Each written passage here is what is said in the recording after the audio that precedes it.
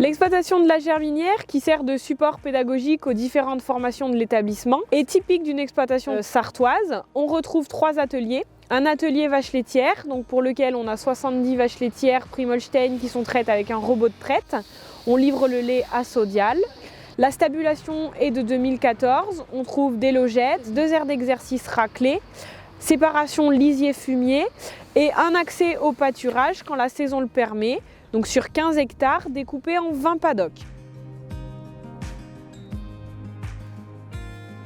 Alors l'exploitation de la germinière nous sert de support pédagogique pour faire des travaux pratiques. On a fait des drogages, des licoles, on fait des travaux pratiques sur les veaux, on a fait le parage des vaches, on les pointe.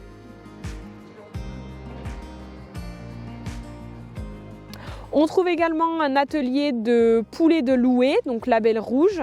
On a 2 poulaillers de 800 m² qui permettent d'accéder aussi à 4 hectares de parcours à volailles et donc pour lesquels on produit à peu près 26 400 volailles par an. Les poulaillers sont équipés avec des lignes de pipettes, des abreuvoirs, une chaîne d'alimentation, des échangeurs, un peson automatique et le but est de faire pratiquer les élèves sur cet atelier.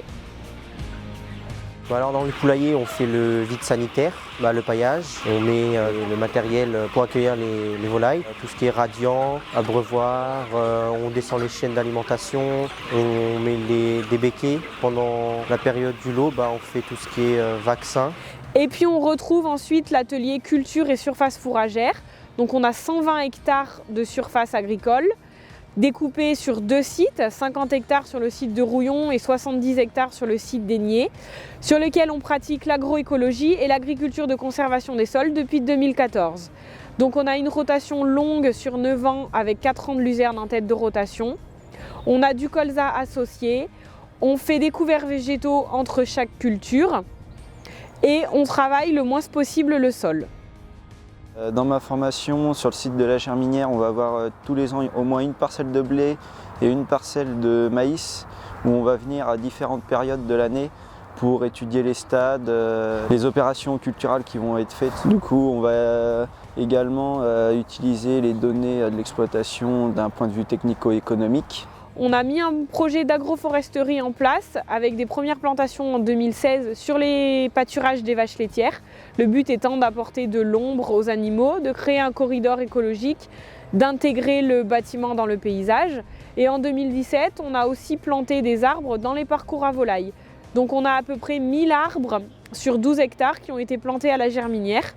Et le but étant d'avoir une 3e phase de plantation dans une parcelle en culture. L'agroforesterie, c'est le mélange sur une même parcelle d'arbres et de production agricole. Et si on replantait des arbres sur les parcelles de l'exploitation agricole de la germinière? Et si ces arbres avaient de la valeur? Et si les vaches laitières, les poulets de louée et les cultures bénéficiaient de ces arbres? Et si la mécanisation était compatible avec ce projet? Et si les arbres embellissaient le paysage? Et si on essayait? Donc cette exploitation permet d'être un véritable support pédagogique pour les formations de l'établissement. Elle est à taille réelle, elle permet ainsi d'utiliser toutes les données technico-économiques de l'exploitation comme support de formation et elle permet également de réaliser de nombreux travaux pratiques et travaux dirigés avec les enseignants formateurs de l'établissement. C'est un réel atout dans un lycée agricole.